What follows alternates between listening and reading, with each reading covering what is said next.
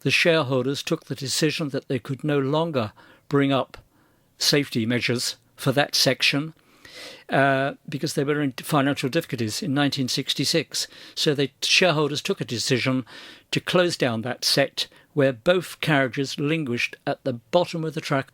Sadly, in 1985, the centenary of the opposite one came up. The decision was taken again by then Shepway District Council, to which Lord Radnor's agents gave permission, that both carriages were to come up and to be broken up and burnt and destroyed on the car park next to the Leas lift. Sadly, that's just what happened to one of the carriages. Fortunately, at the 11th hour, our carriage was supposed to be going to Burley Transport Museum. Oh, yeah. But something happened right at the last moment, to which we've never ever established what. But at the 11th hour, the Grand Hotel proprietor, Mr. Michael Stainer, stepped in and had it transported to Dover Transport Museum, which was wonderful, because had that not have happened, we wouldn't have even been speaking about it today. So that's very impressive. So you found the carriage, you decided that you were going to restore it. Tell me about the restoration project itself. A complete nightmare, but anyway, it's achieved. It sounds like let me tell you just very, very briefly. It took up quite a bit of your life, didn't it? Yes, we had vintage buses in the town centre for collection days, vintage cars. We've had clairvoyant evenings, which have been very, very popular. We've had postcard sales, photographs, vintage and classic of Folkestone and Folkestone only, all through the summer, autumn and winters. And believe me, to have stood in that town centre in the weather elements in the winter time, it had to be done. It was never going to be an armchair approach, believe me. How much did you raise? We had 2,200 from the Kent County Councillor Ronald Tolpert's Members Community Grant. We had 4,500 from Shepway District Council Treasure Trove Chest. It's a community project, so they paid 4,500. The rest, which was over £30,000, was raised completely independent. But now let's not forget that beautiful people of this town that came, not once, over and over and over again, to see that their heritage was going to be returned to Folkestone. It is such a shame that where it should be going back onto is a track, 1890 track, the Leas Lift Community Interest Company, I'm afraid, have made it perfectly clear they don't want the carriage. Now, so where is the carriage at the moment? At the back of the Grand Hotel, languishing away. Now, there is hope. Just on May the 5th, election day, two prominent councillors said to me, my own ward members outside the polling booth, we want to get all heads together. But I have no intentions of turning away at this stage. The Constitution quite clearly stated the money was to be raised, the carriage was to be restored, and the carriage was to be brought back to Folkestone, which it is, albeit only temporary. It is back at Folkestone. But I just cannot understand how the Interest Community Company of the Leas Lift can accept a £42,000 grant from Shepway District Council, and yet the members of the Folkestone public that paid over £30,000 for that carriage to be restored are being deprived of having their heritage back on the track. For people who want to see this carriage that isn't on the track at the moment, can they actually see it? Is it open to the public? Oh yes. Now let me tell you, the pulley wheel of the 1890 section to which the carriage should go back onto is still there. Now what I would like to see is that carriage mounted in the middle of the track. Are you with me?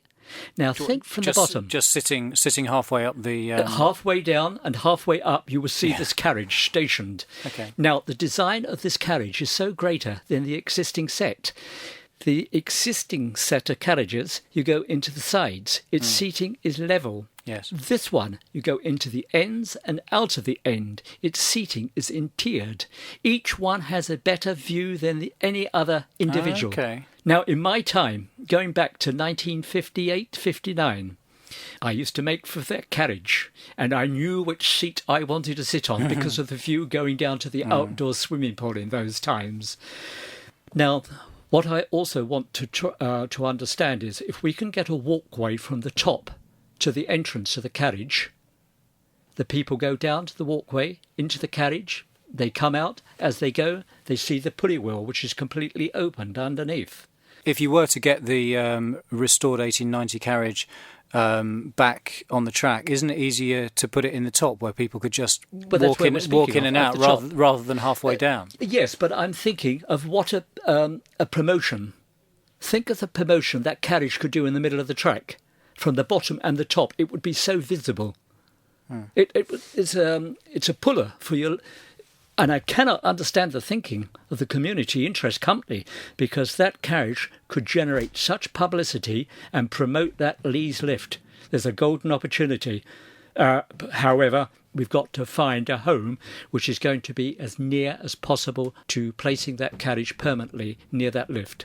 Have you got any idea where this home for the carriage might end up? I think there's a possibility. There is discussions going on right now.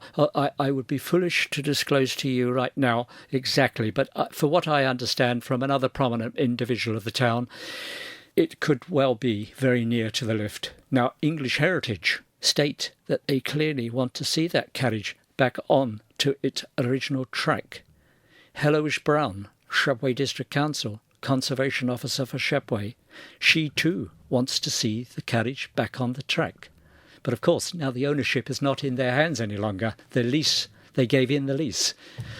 But I'm sure as time goes on, we will get that carriage stationed as near as possible. Now, some of the ideas that to generate an income, it cannot stand there as a pretty little exhibit. It's got to earn its upkeep. Now, the upkeep for its maintenance, its insurance can be, in the summertime, the families going near to the lift, going down or up. There's a photographer standing by, as in Leicester Square. They have 11 pitches for photographers or individuals to sketch the families inside the carriage or outside of the carriage. You can have valuation days for antiques on a one-to-one basis. You can have gold and silver valuations, buying and selling, postcard fairs, stamp buffs, floral displays, marine walks as a gathering point. So using it as some sort of small and fairly intimate venue. And each day, somebody, whoever organises whatever in there each day, pays a small fee to the individual because he's making good money from the carriage. Now, the money that can be generated from it is its upkeep.